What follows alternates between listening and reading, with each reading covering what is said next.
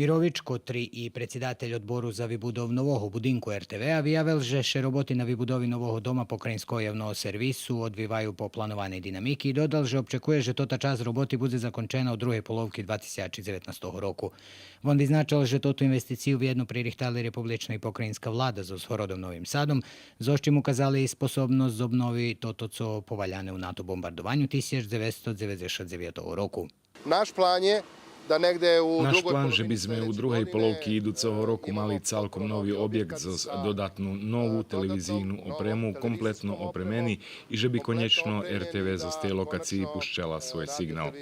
Ukázali sme sposobnosť starať sa o javným servisu, ktorý emituje programu na 15 jazykoch.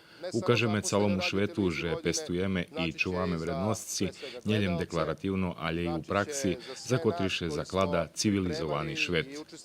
Mirović vyražal očakovanje, že podčas ljeta abo na počatku ješenji bude potpisani kontrakt so zvivozačami druhej fazi robotov, a horodonačalnik Novog Sadu Miloš Vučević vyznačil, že še horod obovjazal, že infrastrukturno opremi prihodi u budinku, parking i ošvicenje.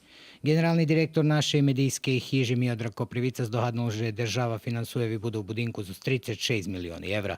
Paralelno s tima robotami RTV pririhtuje i dokumentaciju za nabavku nove opremi po najsučasnijših tehničnih standardoh u Švece, a ljem 20% stari bude prenješene do novog objektu.